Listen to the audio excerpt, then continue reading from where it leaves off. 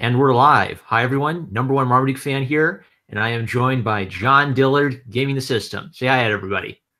Hi, everyone. I'm John, and thank you, Marmaduke, for having me on. So this is exciting because this is for an Indiegogo project, but it's not an Indiegogo project just for yourself. There are lots of people involved. And you've been a guest on my channel before to talk about your art. So maybe first, why don't you tell people a little bit about how you're gaming the system and kind of your journey as an artist this past year or so. Okay, yeah. I started a YouTube channel because I kind of wanted to chronicle how, because I was searching on how to break into the comic book industry, and there seems to be no set way, and I wanted to kind of show exactly what I had to do or what I've been having to do to kind of get my foot in the door, get myself known, and get my work out there, seen, and then also, and as the end game, get paid for my art. Yeah. And so I started doing that.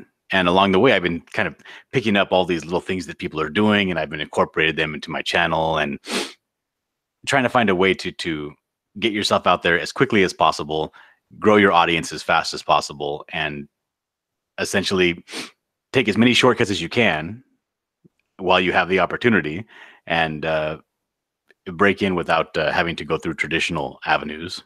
Right. Learn by doing, sort of. Right. Yeah. Because when I was out there looking around for videos, I saw a lot of, do this to your portfolio, a lot of tips and a lot of things like that, but no actual, this is how I did it, Yeah. I gotcha. And something interesting about this project, Tales from Beyond the Gate, is I don't know if I was the first channel where you talked about it, but really early on, like when we had you on, you were actually drawing a piece that's on the Indiegogo page. Did you break the news about Tales from Beyond the Gate on this channel? No, other than my own channel, yeah, this was the only other channel. Sweet. Yeah. So what I think would be fun is I'm going to bring up the Indiegogo page so I can just show people all the creative people you've got working on this, including some professionals with long careers in the comics industry. So I'm gonna hopefully not dox my social security number and all my tax information. And we should have here the Indiegogo campaign for Tales from Beyond the Gate. Now, is this piece yours at the top? No, it is not. No, that is actually done by Model 316, and Gotcha. He's another member of our community, and he does physical models and also digital modeling. Nice. But I originally had a cover that was slated to be the cover for the book, but when this we were just chit chatting on our channels, and then Model's like, "Hey, do you mind if I take a crack at that cover?" I said, "Oh, yeah, by all means, go for it." And he turned that in. And was like, "Oh man, well, I guess I'm not doing the cover for the book," because it was just so good. It blew us all away. We were like, "Well, it's obviously this is going to be the cover now." Yeah. And speaking of the team, in addition to preview of the art, we also have like a JPEG with all the people you've got, the gatekeepers and some pro sponsors. So I've looked up some of your pro sponsors. A lot of them have a long history in Marvel and DC comics. A lot of them have created properties, created popular superheroes. I think people would just be interested, like, how did you network? How did you get like James Hudnall? How did you get Ethan Van Sciver? Tell us a little bit about the process of tapping these shoulders. Yeah, well, that was actually a little bit interesting. You see, when it comes to the first person to actually hop on this project, the first pro was Ethan, because we were just messing around on our channels as we do live streams and stuff like that, and we had some drama with some of the other people, and we're like, okay, well, I'm just gonna go leave it. I'm gonna start my own live stream. So I hopped off and started my own, and in a fit of anger, I was just DMing everybody that I had contact with, and I had contact with Ethan, because I had been sending him fan art and stuff like that. So I just sent messages out to everybody, and like, come on, we're gonna hang out over here and party. Yeah, I think we were drinking too, and it was just me and like two other dudes, and all of a sudden, little Ethan Van Sciver's icon pops up in the hangout, and they were like, "Is that real? Is that for reals?" And yeah, he just showed up, and he wanted to know what we were up to, and I was talking about it, and he saw the picture that I was finishing on your channel. Yeah. Of the witch woman, the ghost, and he was like, "This looks really cool," and we were drawing the little icons that were going to be included in the book, and he's like, "Well, where's my icon? I was like, oh, you don't have an icon. Do you want to be in the book? You can have an icon if you're in the book. He's like, yeah, I'll throw something in there. And that's how it happened. Nice. So, and then when that happened, then Malin hopped on the channel, and then Cecil and a bunch of other people. And it was a cool little party. But yeah, and then when that happened, people started getting interested, like, oh, well, if Ethan's doing it, I'll do one. So then Malin hooked up next, and then slowly, and then we actually got the artist Todd Mullrooney, who's he's not exactly a seasoned pro, but he has been working in the industry off and on for a while. Yeah, and he has contacts with a lot of different artists and a lot of different pros. So he was actually he tapped me and he said, hey, there's some pros that are interested. Do you want me to ask them if they wanted to be in the book? I said, sure. And that's how we got James Hudnall and Mike Barron. Nice. The writers. So let me zoom out here. So Mike Barron and James Hudnall, they've submitted like written stories that'll be illustrated by others, and Shipman, Malin, and Van Sciver have all submitted or will be submitting stories they've drawn themselves. Correct?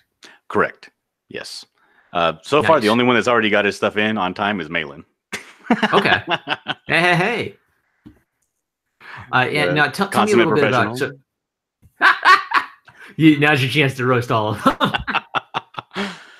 Tell me a little bit about some of the other artists and writers who've joined, because I recognize a lot of them. I've seen Pixel Traitor all over the place. I've seen Nasser Rabadi showing up a lot in comics discussions. So were all of these just people you interacted with on Twitter and YouTube?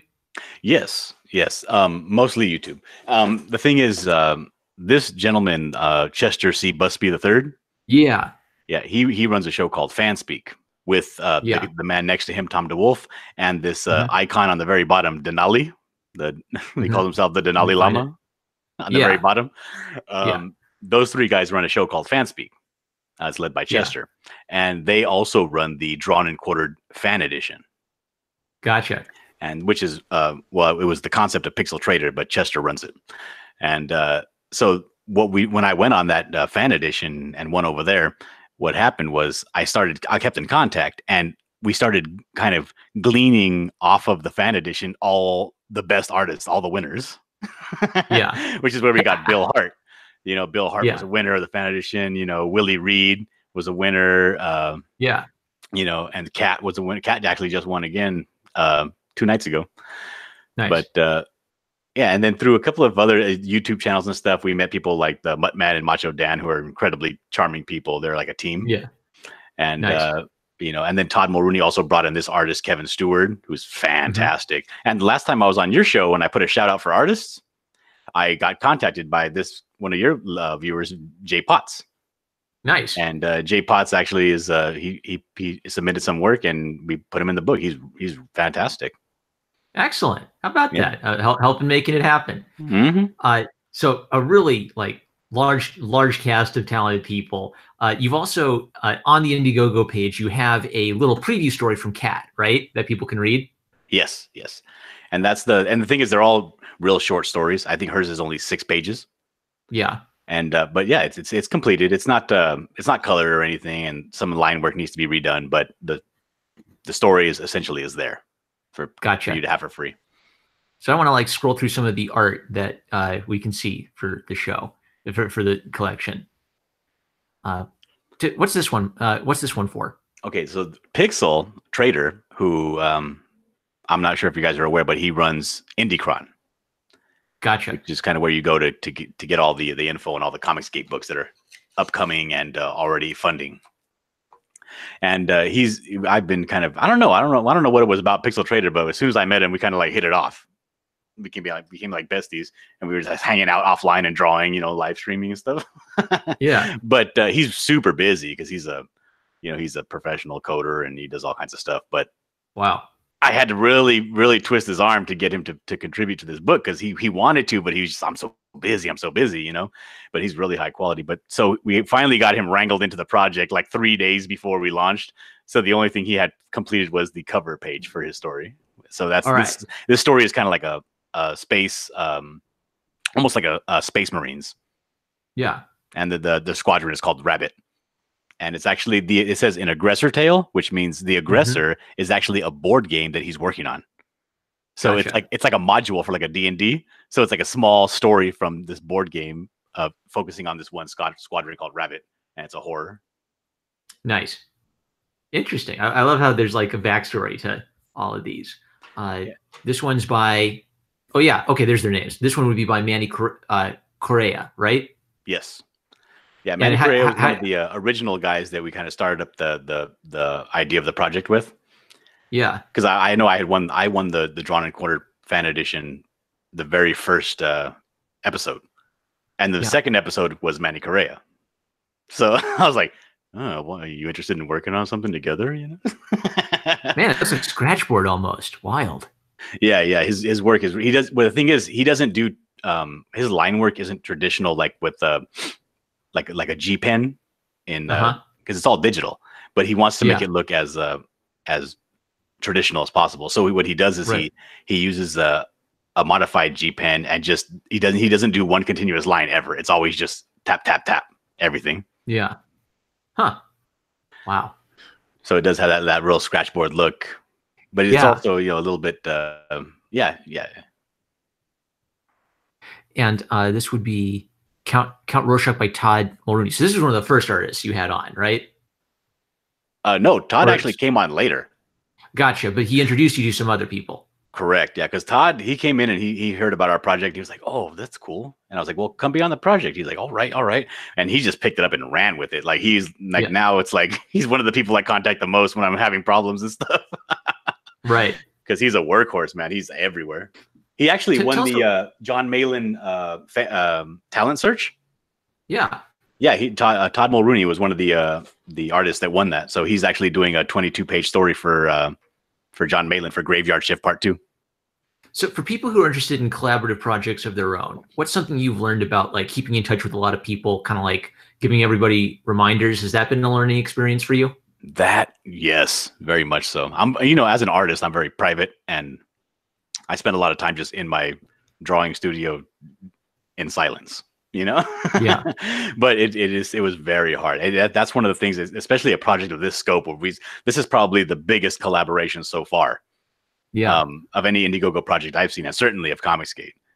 And it was super difficult. And luckily, I had Chester Busby, who was writing quite a few of these stories.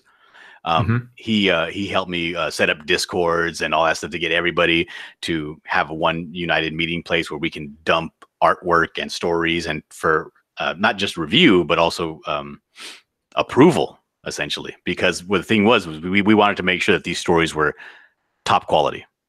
Yeah. Because we did have these professional backers, so we were like, okay, we need to put our best foot forward. So essentially, when you drop an image or some thumbnails for storyboards that you're working on, it gets torn apart by 16 other artists. And then so you got to go back to the drawing board and redo it again. Yeah. But it's been a real steep learning curve. Yeah. But so far nobody has dropped the ball yet. People have risen to the occasion. Wow. And here's some of your like really careful line work again. I love seeing that. Right. That's more of a traditional. Yeah, that one. That's I think that's my story, Lydia, that I'm working on, and that was it was the concept was by me, and the script was actually done by Chester Busby. Okay, but that's more my style of my traditional, DC style with just careful line work and being that. And the story right below that, the Forbearance, is kind of that's just my original, more by how I just draw in general. Yeah. Interesting. So you're working in a few different ways. Yeah. And it helps. It helps break the monotony. And this is when you were drawing on my channel. Mm-hmm. Mm-hmm. Wicked. Yeah, that's so EBS saw. Did EBS see this drawing and then he got interested in the project? Yes. Or was it the okay? And then there was also the gate for all of the gatekeepers who are involved in the project, and he wanted to be added to that, right? Right. He saw the little icons that had our faces in them and the names underneath, and because we were doing it reminiscent of the old EC Tales from the Crypt style, he was like, oh, this is cool. I want to be on that. can you draw me? And I had to, in order to actually get him, I had to draw him right there and then on live stream. His little icon. Pressure's on. High pressure environment. He's like, oh, that's perfect. That's perfect. That's me. But can you put me a little more hair? Yeah. Bill Hart's got a very painterly style. Tell us about how you got in touch with him for this project. Yeah, Bill Hart came in again. He was one of the guys that won the fan edition. And when I saw him, he's really bold. Like if you look at this image here, this stark black shadow underneath her arm, it's something not a lot of artists do, right? Especially because Bill works traditionally. All of his stuff is traditional. Yeah, he doesn't work digital. So when you put a strong shadow like that underneath an arm, something that's in the foreground, you know, you have to be real careful. And Bill got no chill. Bill is just, I'm doing it. You know, he knows he can already see it, you know, before he starts laying down the inks that this is going to be out, this is going to be black, you know, and he just does it. He has a reckless abandon, and I love that about him.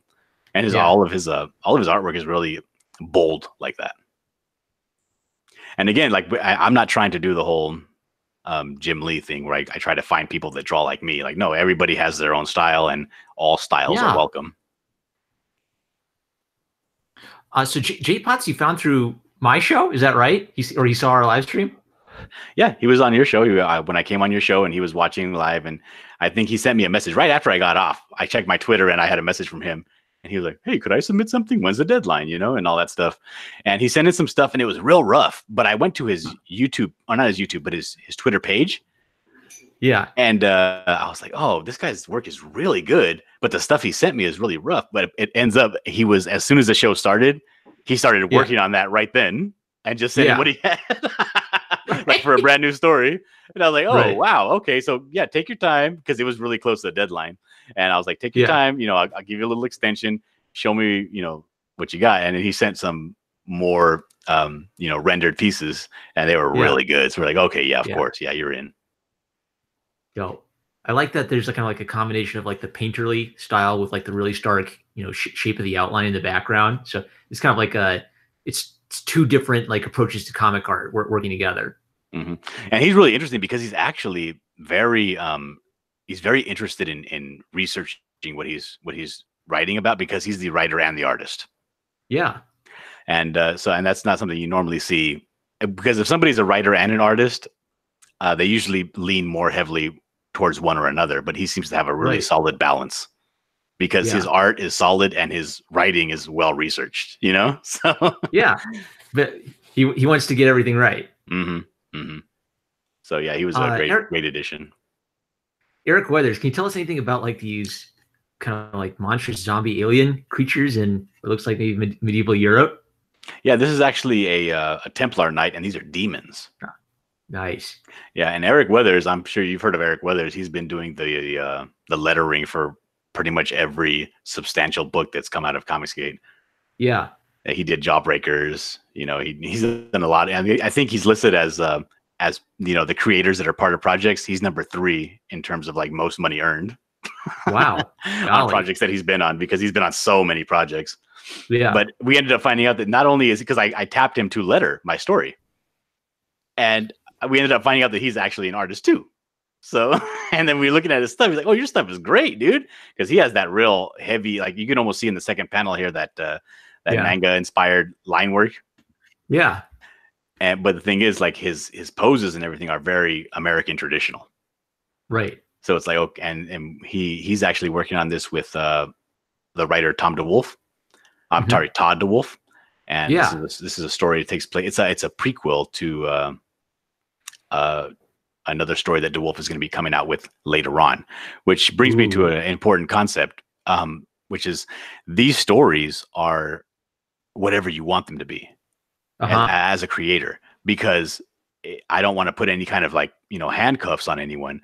So if you have a intellectual property that you're developing, you know, use that by all means. You know, use it as a short story that's a prequel to your upcoming story, because this project was created. It was its inception was so that these artists could become more well known, get some exposure, but on top of that, provide them with some seed money so that they could start their own individual projects. Exactly. You know, so, and if you want to do a project that has to do with the character that you're going to be coming out with a book with, by all means, you know, by all means. But it has to be horrifying.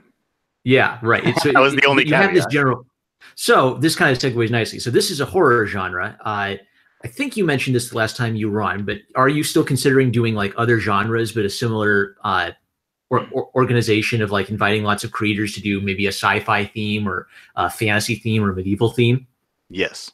Yes, absolutely. Yeah. I believe the next one is going to be, we took a poll from all of our viewers cumulatively, and it ended up being that everybody wants sci-fi to be next. So it'll be, even though personally I would prefer a fantasy or maybe some sort of a noir crime.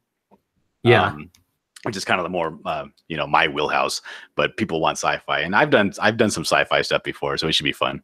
But and that's probably going to be around the same time next year, because we were thinking about doing it maybe biannually or maybe even quarterly. But once we got through the scope of how difficult this was to organize this many people and get this thing, there's no way we're going to be able to do this quarterly.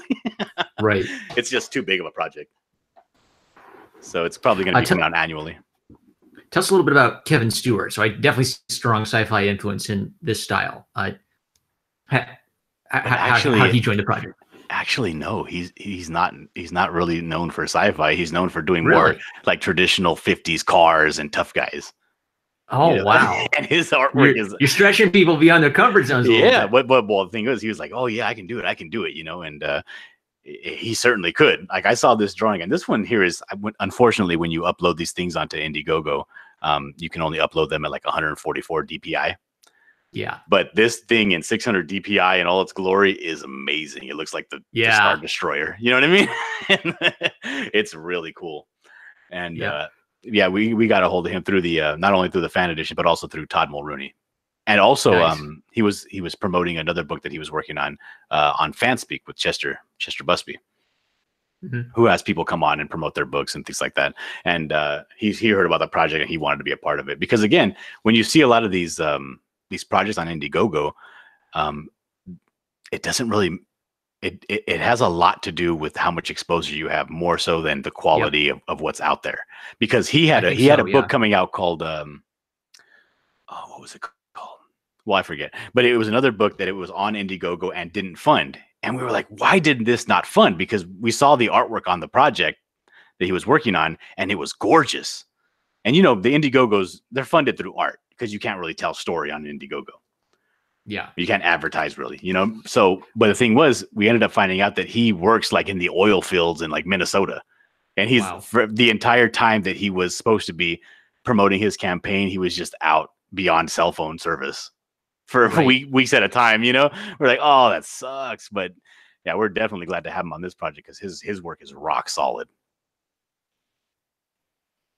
That's amazing. So maybe something that's kind of like inspiring to me is, you know, the whole theme of your channel is gaming the system, becoming the story. It's kind of like your journey of becoming a professional comic artist, getting paid for what you do. And because you're plugged into like all these other channels and things, you're finding all of these creative people who are kind of like, what's beautiful about this is, you know, like this is something that should exist. This is something I should be able to go buy. And you're finding people who haven't been, you know, recognized by the system. You're finding people who are just like doing average jobs outside of the comics industry, but they have all of this great untapped talent. And like the thing is, like he's so good. Like people say all the time, why is this guy not working for one of the big two or big three? You know, and quite the simple answer is they don't want him. Yeah, and you know, this beats, because he's a good quality Christian man. Right. This beats every 3D model Star Wars thing I read for like a year worth of Star Wars comics. It would just be the same little, you know, whatever program version of the Millennium Falcon. It's always got the same like PlayStation 2 era graphic textures on it. This is you can see no matter how big or how close or how far away, the same line weight kind of thing, you know? It's like, oh, come on, guys. But yeah, this is all, and I've seen this too, because all these artists drop in their sketches, because we are going to be offering a sketchbook at a certain tier. Yes. Or when we get to a certain stretch goal, then we'll open up another tier where people could buy just the sketchbook of the art. Got I mean, we've seen when we're saving all of them too. So I mean, I've seen this thing in progress. Like this is 100% not copied off of anything. This is straight out of his head. Wow. So we've been admiring this ship for like 5 minutes. So I kind of want to look at quality ship. Yeah. So Muttman is part of a team combo, right? Right. And right. Almost kind of like a Russian storybook style, maybe like fitting for the Anastasia theme. So how did Muttman get connected with you? Muttman and Macho Den, they're kind of like, I don't know how to describe them other than they're like the darlings of Comicsgate. Okay. Like people for some reason just love these guys. Like they go on people's shows and people automatically gravitate toward them. But and that's I was on somebody's show and they were on at the same time. We were talking about the project and at the time they had a Indiegogo campaign called Hero Blood of the Patriots. Mm-hmm. Yeah. And that didn't fund. But I remember that I had did a little fan art piece because again I am the #1 fan artist of Comicsgate. So right, I did a fan art piece for him. You're a little proud of that status, just a little. And you know, they were like, "Oh, that's so good, it's so good," and then that's kind of how I got in contact with them, and they kind of we've just been friends back and forth after that. And then after some time, you know, they were like, "Okay, well, we really want to stay neutral, but we really want to be a part of this, and we are Comicsgate, so we might as well just go for it and go big, right. You know. So can we please be in your project?" I said, "Sure, why not? You're Muttman and Macho Dan, of course you can." Because they're like two best friends that have been best friends since they were little kids, you know. Yeah, that's so cool. I love when there's like a real world connection beyond just like the Twitter avatars, because the Twitter avatars can make you forget that there are all these real people behind this, you know, when to make something. Yeah, which is why I love the YouTube, because most of and again, we encouraged everybody that's in this book to start a YouTube channel, start growing your audience, start doing that thing. And that's that I love hanging out with, because I hang out with all these people almost on a daily basis, just for at least 2-3 hours a day. Yeah, on one channel or another, and they're all great people. Fantastic. So really, there's a scene that you can connect with, and the more you're clicked into that scene, the more opportunities you're going to find, the more people you're going to find who are potential collaborators, the more either collaborators for like a single project or collaborators contributing to like a big massive project, right? That would that be like a good piece of advice, or how would you put it? What's a good way for people to start gaming the system? Yeah, I would say here's the thing. There's a lot of people that are out there trying to do it by themselves. A lot. And unfortunately, you know, because there are a lot, it's hard to be noticed. So what I would suggest is finding a couple of like-minded people and actually starting, maybe instead of, because I kind of did it the wrong way by, again, doing it on my own. What I should have done was kind of click up with a few people and then start one YouTube channel, because the main thing that you have to do in order to get people to be interested in what you're doing is daily content. Yeah. And that's extremely difficult when you're just one person.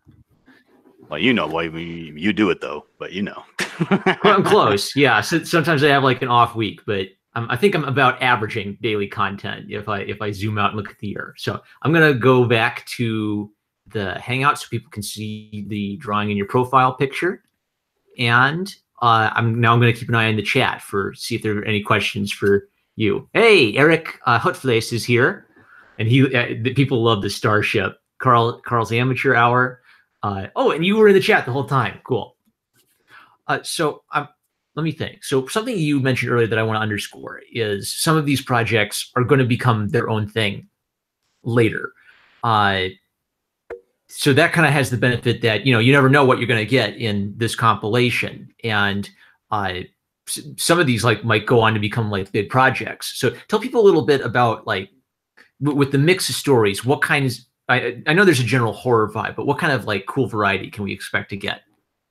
Well, we have a guy that's going to be on the project. He actually had a little bit of a family emergency, so he wasn't able to get his artwork to us on time. But his name is Tank Ferret. And he actually is going to be submitting a book he has a character that he's been working on for a while called Scalpel Zero.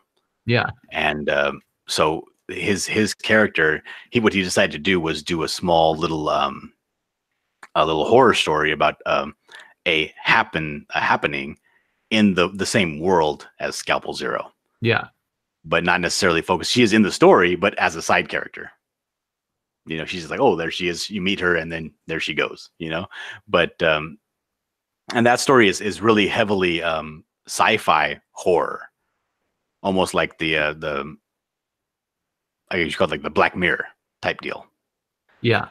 Where it's a lot of like the uncanniness of what's going to happen and that kind of thing. But or for instance, like my story, I have a story called Forbearance, which is it's more of a take because that story has no dialogue. It's just all narration.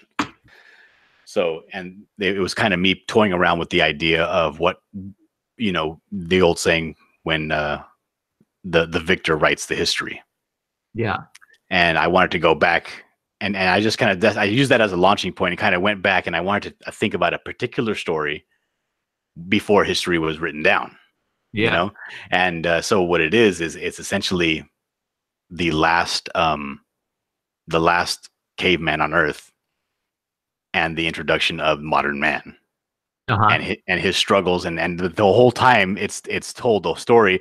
It's like a really tragic and heroic story of this guy, the simple caveman guy struggling against nature and the odds. But the whole time the narrator is berating him because the narrator is a modern human. And he's telling him this, look at this stupid simpleton and the poor decisions he makes, Yeah. Yeah. But it's one of those kind of tragic, weird horror stories. Then we have traditional horror shows like Manny Correia.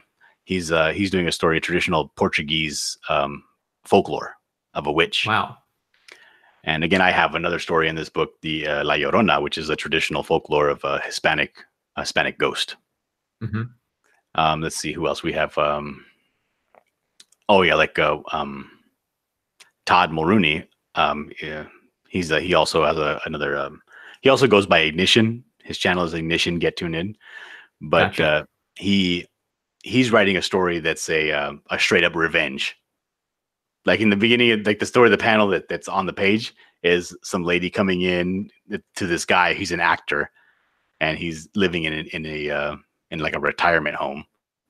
And she's coming in. He has all his memorabilia around his room, and it just shows her taking pictures of his memorabilia and selling it on eBay. Oh wow! You know what I mean? But it's going to be a horror revenge story. All right. So it's kind of spans the gamut of like pretty much any kind of horror. Then there's straight up. I have that story Lydia, which is that little girl under the bed, and it's a very disturbing story. Mm-hmm. Like we kind of went through a couple of different iterations of it just to kind of push it to the edge of PG-13 without going full R. Can you give us a spoiler-free sneak peek of Lydia? What do you mean? Like a picture? Like I don't know. Like what would be in the movie trailer for Lydia? Like that. Like that. Okay, so spoiler-free, I would say think Rosemary's Baby. Okay. I don't know. I don't catch that. I don't know that cultural reference, Captain America moment. Okay. Essentially this little girl is there and she comes off a bit deranged because she's there under the bed and you can see well, you know what, let me screen share real quick. Yeah. So I can show you what I'm talking about. Because I'm very careful with these with the images that I put in these books. So let me go over here to Lydia. Oops, let me go back up. Okay. You watching Magic School Bus and Prince Valiant? Maybe. Yeah. Okay, so as you can see by the tray on the floor, because she's actually under a bed. And the tray on the floor is her soup and her water. Yeah. But this is not like a typical, I did it on purpose. It's not like a typical bowl that somebody would use for soup. This is something that normally you would see from like maybe a Princess House or something like that. Something you would get from either Macy's or Nordstrom. Yeah. So it's one of these stupid cup looking soup bowls that are a little pretentious because she actually does come from a very affluent family. Right. And she's the whole time she's looking at this soup bowl and she decides as she's looking at this soup bowl, that's it. Today's the day. I'm killing both of them. You know, Okay. Huh. like they can't tell me what I can do. They can't tell me what I should eat. I don't like this kind of soup. They know I don't like this kind of soup. So she's talking to her teddy bear the whole time. She's like, "That's it. I've had enough of my mom and dad. They're both going down, and they're going down today." Ooh. You All know. right. Dun dun dun. But Talk there's two different twists in this short 12-page story. Sweet. So I want you to talk a little bit about how you've mentioned you have your DC style and you have kind of like your normal style. So what's the process like of looking at your style and saying, I need to like tweak some things, I need to develop a new style? How do you develop that critical eye to your own work? Well, it's wrong when because like, for instance, if you were to look at this guy here, I mean, this is obviously not any human that I ever met. He obviously has exaggerated muscles and all that. And that's just how I normally, when I just sit down and draw a superhero, this is the style that I draw. Yeah. But what you can do when you do that is you take a critical eye and pretend that you just have your art teacher standing over your shoulder. Yeah. Saying, it's not supposed to look like that. Fix that. That the arm wouldn't look that way. That it wouldn't be that exaggerated. That the hand would be a little smaller. Fix that, which is what I did to the Lydia. I just kept critiquing myself until it looked like a normal DC style. Yeah. So that's my process of how I change how I draw from one project to another. And again, with this, and then this one is kind of like really, like I said before, I'm really heavily influenced by like Mark Texeria. Mm-hmm. So there's a lot of that, but this one's going to be full on, like real, almost like the old stories of scary stories to tell in the dark with the real ink washes and the spooky stuff. The Llorona story is going to be almost completely that. Yeah, which is kind of a new style for me. So I got to do a little bit of research. This one I actually I've only done the first page for. The rest are pretty much finished. But last time you were on, you mentioned a little. I just want to remind people, last time you were on, you talked a little bit about how you were doing illustration, but you kind of had to learn what the difference between illustration and making sequential art. What do you think you've learned, maybe like in the past months, about sequential art versus as opposed to just drawing?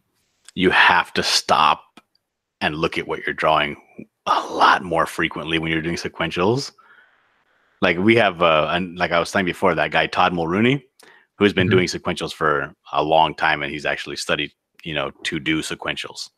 And he was invaluable because again, like I said, we critique each other's stuff, and we're not nice. We're brutal, and he was tearing my stuff apart. Why is this guy facing this direction? It needs to be leading the eye to the right. Why is the snow falling in this direction? The snow has to fall in the order going to the next panel, And I was like, oh man, leave me alone. Give me a second, because I turned in a bulk, and he was tearing up so much on the first page. I was like, dude, we got 4 more pages to go. Can you wrap it up and give me a break? But yeah, he's been great. But the thing is, we haven't really had that big ego trip that a lot of projects have with the creators. Like people are taking the feedback very well. It's interesting that you're almost using the internet as kind of like the equivalent of an art classroom where the peers are critiquing each other and pushing each other. And you're just using the internet to facilitate all of that. And why not? I mean, it's there. People are there. They're doing their artwork online anyway. Might as well talk about it. It's kind of a lost art. People feel like if you critique me, you must hate me as an artist, not want me to make art because you're a bad person. You see the value of it. Oh yeah, absolutely. No, that kind of stuff kind of goes away as soon as you kind of get out of like high school. Yeah. Like you once you do art for so long, you naturally develop a thick skin because you can't. I mean, it's hard for me to imagine, especially in the current climate, how people would get better if they're constantly being validated. Yeah. You know what I mean? Like, how do you get better if people are afraid to tell you that your artwork stinks? Right. And the worst thing that happens is they don't tell you, and then you just spend all this time wondering why you're not making any money or not getting any traction when everyone says you're doing great. Yeah, like I don't want to hear I'm doing great. I want to hear like, I'm like, please nitpick my stuff. Yeah. Be picky. Be brutal. because and again, if you already know what you're doing wrong, like somebody says, oh, this guy, he shouldn't look like that, and then you know that you're going for a stylistic thing, you say, okay, thank you, I appreciate your feedback. Yeah. And just keep on doing what you're doing because but if somebody says, hey, you just created a tangent between this guy's chin and this floor. Yeah. And you're like, oh, I didn't see that. Yeah, it's okay. No, it's not okay. Go back and fix it. Yeah. You gotta take the feedback that you're looking for, right, as gold, because that feedback is invaluable. It's hard to get that feedback unless you want to pay thousands of dollars to go to a comic book school, Yeah. But again, we have these people that are on here and they've been creating for a while, and everybody has their own strengths and weaknesses, and it really is a resource that can be taken advantage of if you have the tolerance for the feedback. Have you considered a sequel to the horror version, maybe in addition to the alternate genres? Mm-hmm. Okay, so what do you think? I love horror, right? Which is why the first book is horror. Yeah, because it's it's my idea. So I pick horror, and so we'll do sci-fi, and we'll probably do after sci-fi maybe fantasy. But I'm coming back to horror eventually. So there's 58 days left on this project. Do you have any thoughts yet on what the turnaround might look like, or what like how much time to complete and compile everything might be? Well, we're going to be working through that while the campaign is running. Yeah, because our goal is to, as the campaign, maybe about 3 weeks before the campaign wraps up, we should have everything finished. So when the campaign does finally wrap, we can go to in demand as we start to then, because we've already been talking to distribute, the people for distribution and packaging and that sort of thing. But as we're getting that stuff finalized, we'll leave the in demand open and then close it up and get it shipped out as soon as possible. We gave ourselves a pretty lenient delivery date of September, which it'll give us the thing is odds are it's going to be shipped well before that. Yeah, because the thing is we are putting the pressure on each other. It's not like, oh, I'm scared to talk to this guy. Does he have his stuff finished yet? I don't know. I haven't talked to him. Like, no, I call him right up. I have everybody's phone numbers. Yeah. There's no hiding around the corner and not answering emails. Right. So there is a organizational aspect to this where you've just got to be on top of who's who, what's their project, what's their length, are they meeting their deadlines? Maybe I think I asked you about this earlier, whether it was kind of a learning experience to do that. Could you talk about, I don't know, is there anything else about that people might not know that it'd be good for them to know as they're maybe trying to organize their own projects? Yes, organize your projects with a friend or your wife or your girlfriend or your brother or somebody. Yeah. Have somebody there with you, or either there with you or you're screen sharing online, and have them do it with you, because this stuff there's a lot into making one of these Indiegogos. Like, for instance, this Tales from Beyond the Gate, this promo picture up on top. Yeah. That has to be a certain dimension. And because I used the cover for the book I had to snatch out this label. I had to snatch out this cover is done by Model 316, but the title is actually done by Willy Reid, one of the artists in the book. And so what I had to do is I had to go back, snatch that out, change the colors to make it bold, change the resolution, change the font size, change everything just to make this one image, Yeah. Then you go to the next one and you have to do your logo, and then you have to do these perks, and the perks are hard themselves. You have to, these don't exist yet. So you have to mock up what they would look like, Yeah. Right. And every single one is a new file. Like this book by itself is the file. This double book is a separate file. This one with the mailer on it is even a different file, and it all takes time. So this stuff is going to take you time. So when you work on your Indiegogo campaign, start early. Definitely start early. And especially this, like here, these letters, this Manticore Bill Hart, this lettering is not actual lettering. This is an image that I have to put into this Indiegogo. Yeah. Because they don't have fonts. They don't have a way to change the size of the fonts either. So once you put it in, it's there. It's a little tiny little words that say Manticore Bill Hart. So if you want it to be big and bold, you have to make an image of that, shrink it down so that it's banners, and then do a trial and error uploading it, because once you upload it, there's no way to change the size of whatever you uploaded. Yeah. You can't shrink it or enlarge it. So you have to do, and this stuff takes forever, man. Behind the scenes, like figuring it out.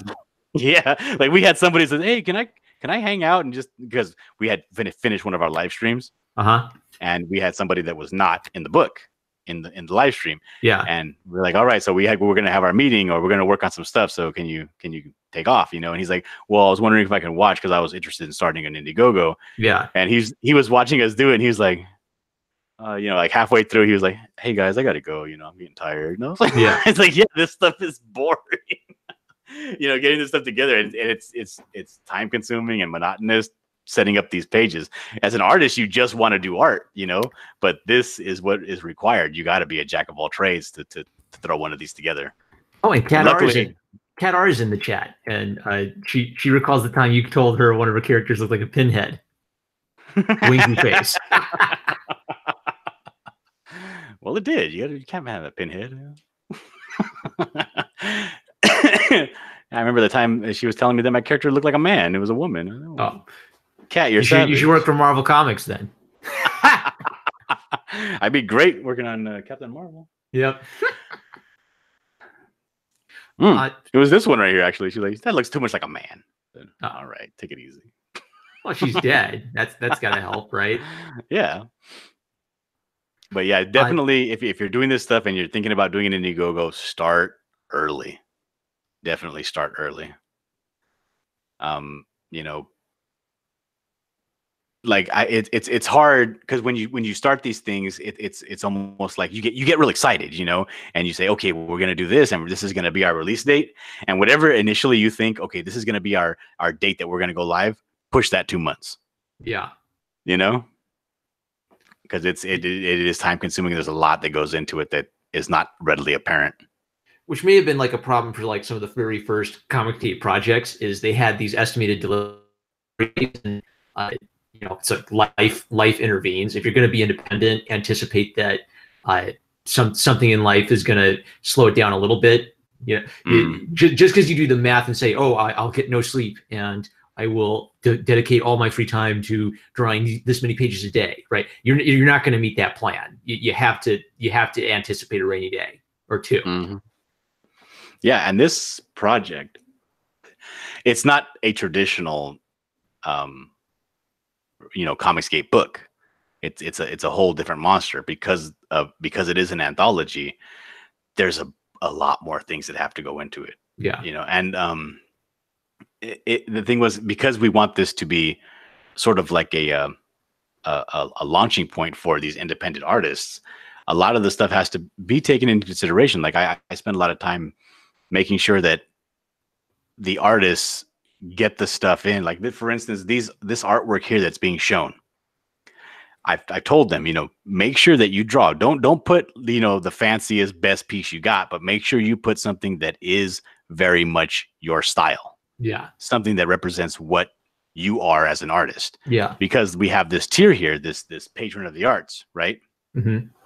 Which is essentially you get everything that's in the gatekeeper special, which is that $60 tier, but you're also supporting an artist. Yeah. Meaning you pick one of these artists, right? Not the pros, but you pick one of the artists that you like the best. Yeah. And you essentially just order a commission from them. Yeah. Which is kind of like a way, if you really want to help out your favorite artist, like you like this book, you think it's going to be good, and you really like this artist, throw them a commission. Yeah. Because it's not like, oh yes, we're out here trying to make the most profit. This is more than any other book, like an NPR fundraiser. Yeah. You know what I mean? If you back at this level, you will get you know what I mean? Like, it is that, because we are trying to get these artists funded so that they can go out and produce. You're making an investment in the future of these creators. You know what I mean? Gotcha. It's not just, yeah, I'm good and you can help me out and we'll make a nice profit and everybody's happy because the book's good. Like, no, we want to get these artists that, because, if you're an artist, it's hard to be a penciler, an inker, a colorist, a letterer, an editor, and essentially, management, and do all the booking and the spreadsheets yourself, So sometimes it does take, you got to hire the colorist, you got to pay for boxes to mail these things, and that seed money is what these artists need to get their projects off the ground, and we really want to try to facilitate that for them. I love that. I'd like you to sell people on why this is such a good book to back. So obviously we've got that you're supporting a lot of independent artists, that these are jumping off points for a lot of their stories. Why is this like people to back on Indiegogo? Because I apologize, you kind of cut out there for a little bit. Can you repeat that again? Oh, could you give people what's an important reason for them to back this book? You've mentioned like supporting the artist is a big part of this campaign. I'd like you to speak to that. Why should they get on supporting Tales from Beyond the Gate? What are you hoping to build in the future with this? What I'm hoping to build in the future with this is actually like a beacon. Mm-hmm. Like I said it down below, this is like a beacon for people that have become demoralized because they don't think that they can write the stories that are good. Like I was talking about this with a Sweetcast, and we were saying that, yeah, you want to tell a story. You want to tell a story that's good. You want to tell a hero's journey. You want the whole arc. But this is really, realistically, independently is the only way you can do that, because if you try to go mainstream and you start your story with a character who's not already perfect, you're going to get hounded, jumped on, and kicked out of the industry. This is a way for you to actually be a real storyteller. Yeah. And this is, and those things are integral. Like, I don't know if you've seen Once Upon a Deadpool. No. Oh, but they reference in the movie Fred Savage, where Deadpool kidnaps Fred Savage and reenacts The Princess Bride, where he's telling him the story. But he references how his girlfriend was killed, and he says, "Oh, you fridged your girlfriend." I can't believe you guys fridged your girlfriend in the story. And Deadpool says, "Oh, I guess I did, didn't I?" Oh yeah, I guess they did that in The Lion King too. Yeah, bad stories, But it is like you can tell the story, a good story, because that's for more than comics, more than Comicsgate, more than even just artwork. I love, even though I'm an artist, I love storytelling. Yep, that's what I'm a fan of. I love hearing a good story. I love talking about, having little references and stories of words you've never heard. You have to go to the dictionary and look up a word or two because you don't know what it means, and those little tidbits of things that you remember. You gleam onto those things, and they actually enrich, the story to such an extent that they become like the most memorable parts for you. Like I was saying, there's a movie called Murder on the Orient Express, which is like an Agatha Christie novel with Hercule Poirot, like a detective, and he makes an instance where he says, "Oh, I noticed that you said that you were going to make a collect call to your lawyer."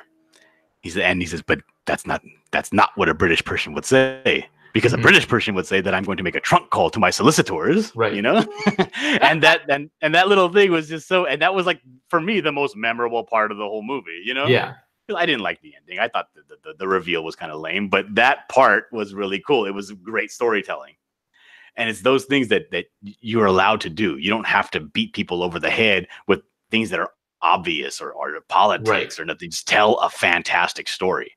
Gotcha. And these people have stories they want to tell. Yep. You're helping creative people get into a spot where they can. By the way, Kat says, "I don't recall saying your character looks like a man." Fake news. And Eric Hutfless says, "We're all used to John lying on Drawn and Quartered. # I believe women." Oh my goodness. The chat's turning on you, JT. John Dillard, you GTS. It's all that soy. Kat, I do have screenshots of these things. keep a record of everything. I remember when people shame me in public. Yeah. But no, I mean, and these stories are good. Like and this story here, the Anastasia, this is actually a prequel to The Hero, The Blood of the Patriots. Gotcha. It's for this campaign, these people are going to be the phase 3. Like this book would be considered like Comicsgate phase 2. Yeah. This anthology. But again, it's not even actually like a project by a person. Yes, I'm running the project, but it's not a project by a person. This is kind of getting all of the artists ready for phase 3. Yep. You know, so this book, and I think that's why the professionals really glammed onto this project, because they saw it. Like, we're trying to build, we're building a spaceship, and we're trying to build a thriving middle class of creators. Yep, it's creating a awareness of these creators, and it's making a space for kind of a proving ground for you to enter into this like Indiegogo kind of world of independent comics publishing, with like a trial run, with like a test run. Exactly. Yeah. And the thing is, this is a good, if you're serious about your artwork, you need to then be serious about the feedback. So if people get their hands on this book and your story falls flat, don't continue with it. This is a way to prove a proof of concept. Right. For people. So if the story is great and people love it, run with it. Yeah. If it's not good, let it die. You're a creator. Create something new. Yeah. Robert Kirkman, The Walking Dead wasn't the first thing he ever created. Right. It wasn't his. He didn't hold on to it. It wasn't his baby. And don't change my baby. It's like, no. It's like, I'm throwing spaghetti on the wall and I'm seeing what sticks. Yep. And that's what you got to do. That's why we kind of follow the same model as the Marvel Presents or the Tales from the Crypt, where you get a small section of stories. You don't have to, spend half a year to a year working on a 100-page graphic novel by yourself just to see if people would like it. You can put your story in an anthology, and if people will know immediately whether it resonates with them or not. Exactly. Yeah. So it's really the art of short storytelling is a way of telling whether you have an idea at all. You can't write a novel just by taking a short story idea and stretching that 400 pages. A novel needs to be, the reason people like novels is you develop ideas in them. You look into some of the details, but I think writing short stories is kind of like that gateway drug into the world of writing. Mm-hmm. And, if you don't know if you got the chops or not, give it a shot. Yep. Artists will tell you, I don't understand this story. I don't want to be a part of it. Find somebody else. But you got to get out there and you have to put your stuff out there. Right. And you have to be open to that brutally honest critique. Yeah. Because if people are critiquing you and they have an actual thing that they're, referencing what you're doing wrong, it's not because they want to waste their own time. They're telling you because they care. And, you mentioned earlier, if someone gives you a critique and doesn't really speak to what you're doing at all, you don't have to whine about that. You can just sort of nod and thank them and keep doing what you're doing. But every piece of critique is a piece of customer feedback, because they're all potential buyers of your project. So people will pay big money in businesses to try to get you to do surveys so they know if you think their product is crappy, because they want to make the product not crappy. So you spend your money on it. Hiccups. Right. I got a guy that's in my chat frequently by the name of Justin Ward. Yeah. And he's absolutely brutal with his critiques. But almost 9 times out of 10, he's spot on. Yeah. So I love having him in my chat as a viewer, because he gives probably the most valuable feedback out of anybody. Yeah. Because he has no chill, and he'll tell you, this sucks. What is this? It looks like a foot. That's supposed to be a hand, Right. It's like, oh, Justin. Oh. But yeah, people like that. I mean, you got to keep them around, Well, I just want to let you know, John Dillard, that I have backed this project, and I'll be tweeting out the link and my screen cap of my proof that I'm an official backer for Tales from Beyond the Gate. Well, thank you very much, Marmaduke. I appreciate it. I'd like to give you kind of the floor to let people anything know about yourself as an artist and the people you're working with for this project. Well, I would like to say that the people I'm working with on this project are passionate about their stories. And the thing is, we were having conversations because we all, like I was saying earlier, we do all hang out with each other very frequently. And they are passionate about good stories.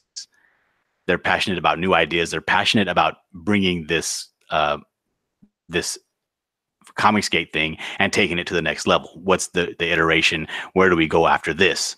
Because this may or may not, last. Mm-hmm. So where do we go from here? I think we had like a 4-hour conversation last night about ideas, just spitballing ideas, and all of these creators, and we're sitting there for 4 hours just enraptured because they care. They care about where this is going. They care about this community, and that's what I really love about these creators. And it's pervasive in all of Comicsgate. I mean, people around here just care. Yeah. And they want the good stories, and I would tell them about a story. Like I had somebody that was on, he's not even working on the book with us. His submission was too late. It came in like, I think a week too late. And he was on another show, and he was talking about this project with such passion. And the guy asked him, "Oh, and are you working on this project?" He's like, "No, but I'm going to be working on the next one." Yep.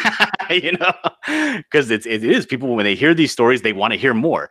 People like they'll see this this panel that I was working on live, on my stream, and then after we hang up and everything, we're off air.